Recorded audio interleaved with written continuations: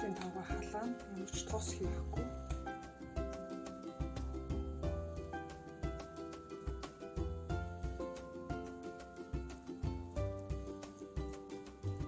Аль болох нэгэн тарааж өгнө.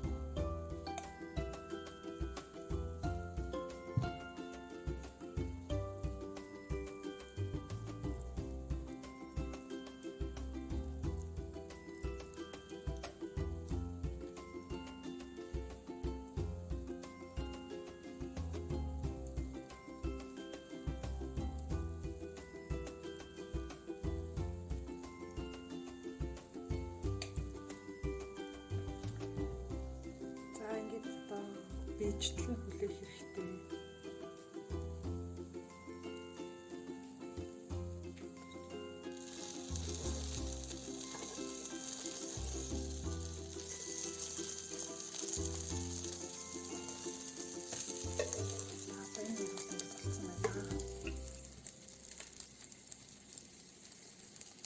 За ингээд та бүхэн